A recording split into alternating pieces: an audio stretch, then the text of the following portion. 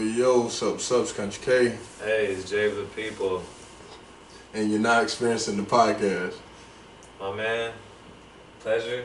Yeah. Sitting down with you again to do this thing. Yep. To do our thing with this.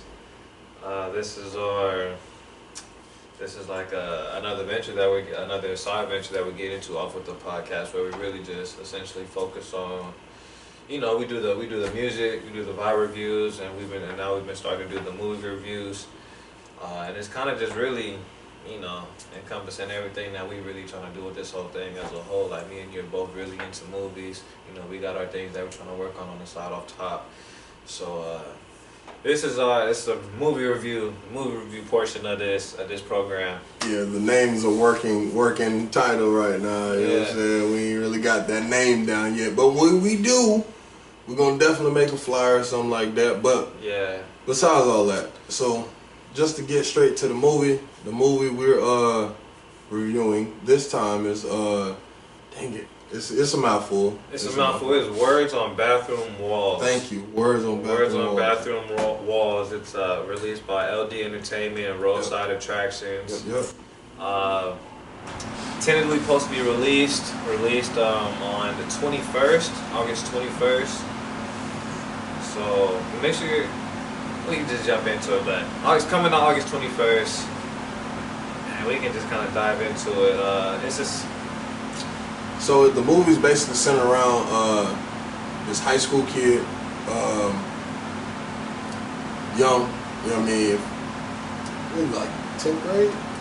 Actually, he's a senior. He's a senior because he just looked young in the face. Yeah, he looks mad young. He actually gave me mad strong Edward from Twilight vibes with the head and just the way it was shot. Maybe he just looked mad lanky with a large head. And I'm not even trying to shoot because that's more of a diss to Robert Pattinson. Honestly, but that's because I think it might be the way it was shot, because a lot of it shot. I don't know. That's just what I was getting. That's what I got from it. Slinky, kind of towering a little bit. You know what I mean? Towering a little bit. And he doesn't look like now you're starting to go at it. All right. No, I'm saying towering because of his demeanor with the girl. And their interactions, but the girl could just be short, especially the way movies are shot. Very true. But I mean, that's a part of it too. Yeah. But essentially, main character's name is Adam, played by Christopher Plummer, Charlie Plummer, excuse me. But essentially, just like your quintessential average teenager. I'm pretty sure the movie starts off in his senior year of high school. Because after everything that happens, it culminates to him being. Him having to try to build. Yeah. So things start. Yeah, you're right. I'm tripping. Yeah. I said 10th grade. Yeah. I'm already knowing. But like average teenager, that's just going through stuff. He's kind of a recluse, and really, like I said, just average guy that's just doesn't have doesn't necessarily have a lot of friends. But he's dealing with, and what the crazy thing is he's a senior, and it's like midway through. You can get all this from the trailer, so we're not giving anything away. Midway through his senior year, essentially develops his mental illness, schizophrenia. Develops schizophrenia midway through his senior year of high school, as he's preparing to go to culinary school. Loves cooking, became a chef of the household with him and his mom when his pops left, which I thought was pretty cool. Making different dishes that even though I can relate that because I cook a little bit, but man, I don't do anything like that. That man was whipping. He was doing some things in that kitchen. Garnishing things that I couldn't garnish. It was always a different meal, and I'm like, my flavors might be better though, but we good though. Yeah. Buddy was so nice with it. He was making his own lunch and bringing dishes. He was bringing dishes to to school because he's like, I'm not gonna eat. He ends up transferring to a private Catholic school, which you can get this in the trailer as well. Transferred to a private Catholic school. I know that the lunches aren't terrible. Guaranteed ain't public school. My man is still bringing his own lunch. I'm not gonna eat this nonsense. Straight up, I'm not gonna eat this nonsense. I'm not even gonna play around with it. But so again, listen, like your average teenager in high school, and then he develops this this mental illness, which I don't know enough about mental illnesses or anything like that, especially schizophrenia specifically. I don't know if this might even be too much, but he develops it, right? And I don't know if that's like a hereditary thing. I don't know if that's a hereditary disease. Do you think his pops that might have had it? Because it starts off early on where they're saying the pops just dipped off, like before he's even developed anything, before he's been diagnosed. I don't know, whatever. Before he's been diagnosed, pop dips off, just decides, whatever.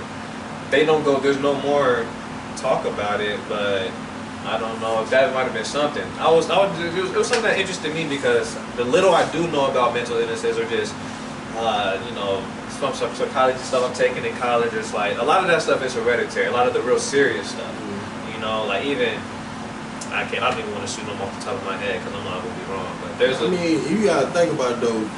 For things to be hereditary, you gotta start with somebody. So exactly. We could have been the first of that strain in their fucking bloodline. In their bloodline. Yeah, but I feel like that's what I would have to look into it, but I think with schizophrenia it develops later on in life, and I think it's like it could be it got to be your mom or your uncle or your dad. You know what I'm saying? It could be a side aunt, uncle, many siblings that had it. And your kid. There was only one child. He was he was an only child, so. I would have to look into it more, but I thought that was interesting though because the dad just dips off with I'm good, I'm good on it, and then all of that stuff happens with him. Yeah. But then there's a new guy, that comes about. Yeah, the new stepdad, and he was trying to do his thing. I couldn't even knock him, but it's really, really a good movie. If we haven't said it yet already, definitely you should go see it. Yeah. But it's a really good movie because it really intertwines a lot of different stuff that you might not really, I didn't think about, especially with mental illness. It kind of gives a lighthearted approach to it as well because the guy Adam has a very good sense of humor about it. Yeah, it's a whole bunch of different like cliches in that joint. You know what I'm saying? Like. You got the Beauty and the Beast, you know what I mean? Mm-hmm. With the dude and the girl, interaction. You got the whole you're not my dad vibe with the whole, with the kid. Like it's kid and the step pops. Like it's a whole bunch of different little things that's going on in there. And even the battle. But it actually blended together really well though. Yeah, it really did. Because something I thought was interesting was like the battle between. Which is kind of another cliche, but the step pops is coming in and he's trying to do his thing, and so now the mom is feeling, starts to feel a little pressure from the step pops to like, all right, what type of moves are you trying to make? Let's make some different moves because nothing he's been doing has been working. And then you got the son who's like, and he kind of really enjoyed it on the low, even though it messed up for him in like one area, he kind of, because he was already recluse anyway, he kind of enjoyed it because the voices kind of offered,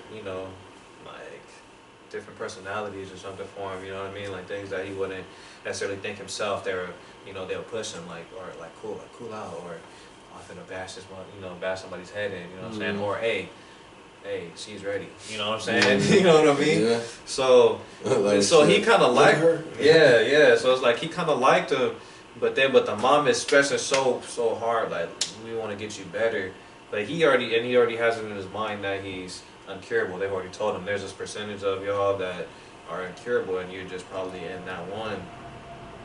And so him and his mom, even though they're mad close and they've had such a tight relationship, they still butt heads as well. You know what I mean? It's as far as one person to get better and the other person is like, I'm dealing with this. Yeah. You know what I'm saying? I'm dealing with it. You want me to get better, I'm the one dealing with it. Yeah.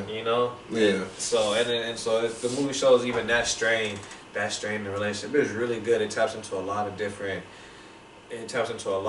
things with just, like I said, I haven't really seen many things that dive into mental illness like that.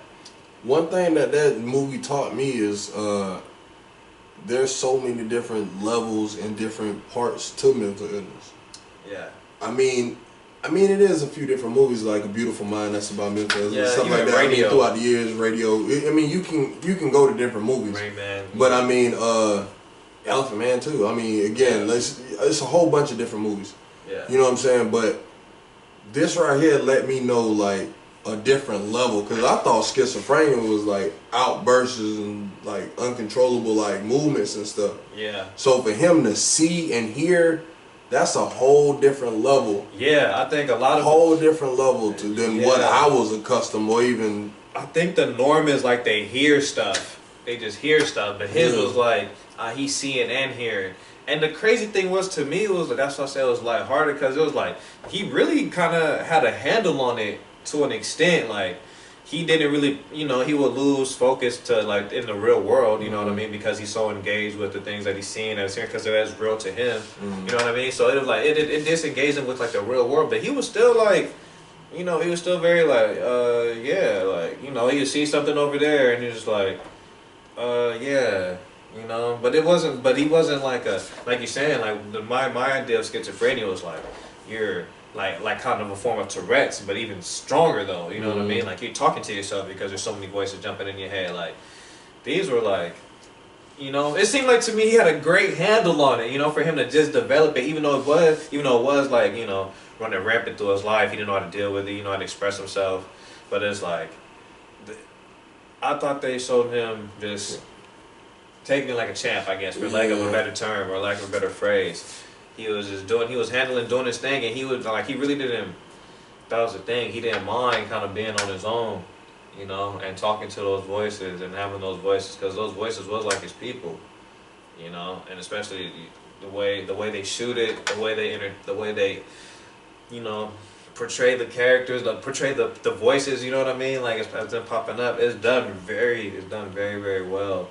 It's where you can like, you with him too, you know what I mean? You with him too as he's looking over here, having a whole conversation with the voice in his head or the representation of that voice, and he's like, oh, you gotta go back to the girl, like, oh, and he's witty, he's smart. He's like, oh, do you always just say whatever comes to your mind? Yeah. You know, he's able to deflect. How is he so good at deflecting from it on something that just hit him? You know what I mean? That he just started really dealing with it. He was, that's what I mean. The guy he was very self-aware, low key, you know? Because even in his conversations with his therapist, it was, and his conversations, the way his relationship developed with the priest, like he was very like thinking on a much bigger and grander scale than where he was at. Like even though he's a senior in high school, he's about to really enter the world like we all do, but. Yeah, for him to be dealing with that and still have that, you know, still have that mindset, it's like, dang. We didn't really get to see anything about him before, but I'm like, man, you might have been a genius before. Yeah. You really were, low key, because you were turning into a chef, you know what I'm saying? In high school, the way he was cooking and stuff, like, he was really a genius, really. You know what I mean? Before he developed that, and even still was able to do that with the mental illness, like. Yeah, I thought it was excellent, very excellently done. Just off the, you know, you don't really see a mental illness portrayed like that as a person that's really like conquering it, damn near. Yeah. Oh, excuse me, sorry, but just like I said, conquering it and just like and really standing up in it. And even though I'm having my struggles like with the outside world, you wouldn't even know though. Yeah. You have no clue. Unless I really explained it to you or I expressed it to you, so and then you have an even better idea. And even then, it's like there's and I don't want to there's little I don't want to give it away. Well, then I don't want to give it away, but there's a great moment. There's a great moment at the end of the movie where it basically reveals how by you opening himself up to the people that he loves, they're able to help you. They're able to help you decipher, you know what I mean, and clear out the fog and get your mind back on track. You know, that's all I want to say. I don't want to say what happens, but it's at the end. It's great because it's between him and the stepdad as well. You know, and they have their little tumultuous relationship, and it's a great moment at the end of the movie to kind of really wrap it all up. Yeah, I mean. You know, heartfelt movies, they all have those same moments. Yeah, and that's the point. That's what they want us to feel. You know, that's what they want us. Pull your heartstrings and stuff a little bit. Yeah, and it did. I mean, you know, not necessarily like that, but it was just like, as far as because you know the way we looking at movies, like I'm critiquing like how's it doing, what messages are you trying to convey, like, oh yeah, I can tell that's what you was trying to do right there, like you wanted to put a little bow on it, you know, and you do a lot by, you know, he's narrating throughout, but you do a lot with just shooting, shooting the scene. It gives you like a euphoria feel. You know what I'm saying? The TV show you told me to watch that you didn't never watch. I still haven't watched Euphoria yet. I know. I'm gonna check it out. I know. I'm gonna check it out. I heard it's good. I know. They already got late stuff for the second season, so I'm gonna watch it. Anyway, have you watched it yet? The second season? The first one. The second season. Yeah, I'm done. No. I am done, sir. Yeah, don't tell me about it. Yeah, I should bust your bubble, but what we gonna do is we gonna say peace to y'all. You know what I mean? Oh, you got anything else for the people? Nah, make sure you check out Words on Bathroom Walls. For sure. It's coming out August 21st. Man, watch it online. I don't think movie theaters even cracking like that, so watch it online, stream it. You know. Any way you can. You know. It's a nice flick. It's a nice smooth flick, and especially it's 2020, and I don't know about y'all, but mental health and therapy and stuff like that is becoming. I don't know if any of y'all noticing, people noticing, but it's becoming much more prominent in the everyday lexicon of our society, especially in America. Probably really already cracking in Europe like that, but it's coming into America way stronger. Where it's on, you know. So this is a new movie coming out, and it shows a different side of it. Yeah, and like he said, go check out the movie. To be very honest with you, don't go by yourself, fellas. Make sure you have a lady with you, your lady with you. Again, yeah, fellas. If you single as $1 bills or George Washington, take a nice lady out that you've been courting already, you've been checking out already. You know what I'm saying? And yeah, because I made the mistake of by myself. So look, that's what you do. I watched 12 Minds, but that's what you do, single fellas. Set up a little group screening, and bring that one that you want. You find the friends. If you ain't in with the friends or in with nobody that you can reach out to her with, look, you slacking. That's what you need to be on. Set up a little group, son. Somebody, look, one of them will be feeling that you trying to do something for some mental illness, mental health. I guarantee it. Now I'm already knowing. I don't know what you talk about. No, I said you was giving up the game, sir.